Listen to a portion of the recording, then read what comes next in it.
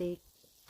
That's beef cooked with butter. Okay, naglalagyan pala.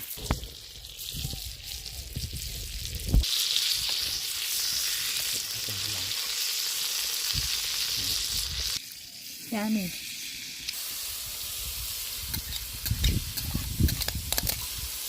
That's corn and green peas with butter. That's it, people. The corn and the green peas is cooked with butter as well. That's it. Yum, yum, yum. Beef ano yan? Steak. Beef steak. That's my darling chef beef steak. Bye. Not a Wagyu steak, but a simple beef steak. That's it.